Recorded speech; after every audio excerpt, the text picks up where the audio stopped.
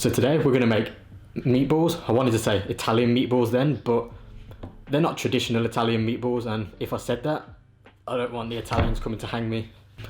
So the key things I think I'm looking for in these meatballs are juiciness in the meatballs and sweetness and depth of flavour in the sauce. Now it's going to be low carb obviously, so to get the sweetness in that sauce is quite difficult without adding any sugar. I think the key is sweating off the onions and bringing out a lot of sweetness through them. I also have some extra little tips and tricks and things that are going to be quite unique to my meatballs, so if you watch along through, you'll find these out. Let's get to it. So I'm using a 50-50 mix of minced beef and pork. Try and get the highest fat content you can. Add your dried spices, 1 egg and an additional egg yolk, 2 teaspoons of pesto, 1.5 tablespoons of ricotta cheese or mascarpone if you can't get ricotta cheese like me, and about 100 milliliters of milk. Work it all together and do a 1 meatball tester.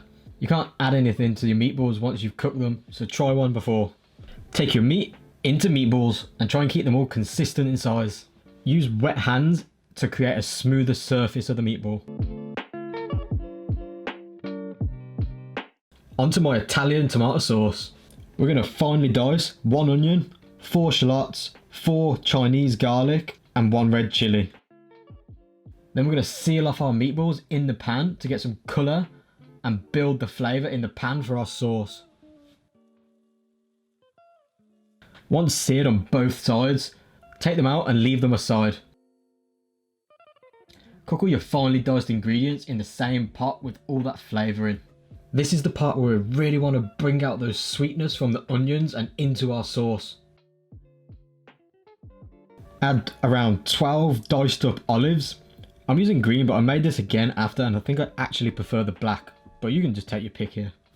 Add 4 tablespoons, I know that seems a lot, but just go with it, of balsamic vinegar and reduce it down by at least half. Season little and often as you go to build a better depth of flavour. Add 3 tablespoons of tomato puree. Add 2 tins of crushed tomatoes.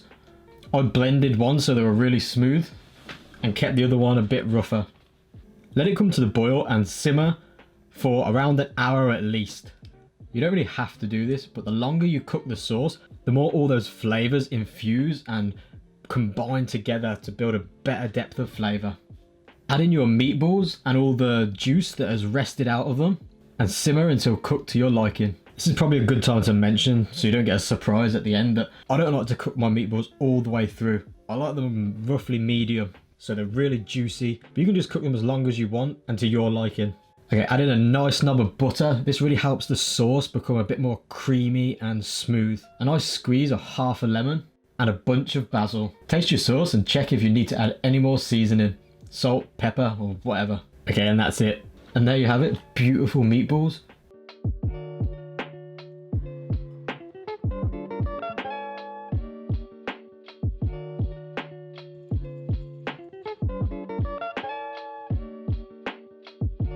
Finished with toasted pine nuts, parmesan, and basil. This is honestly one of my favourite tomato sauces out there.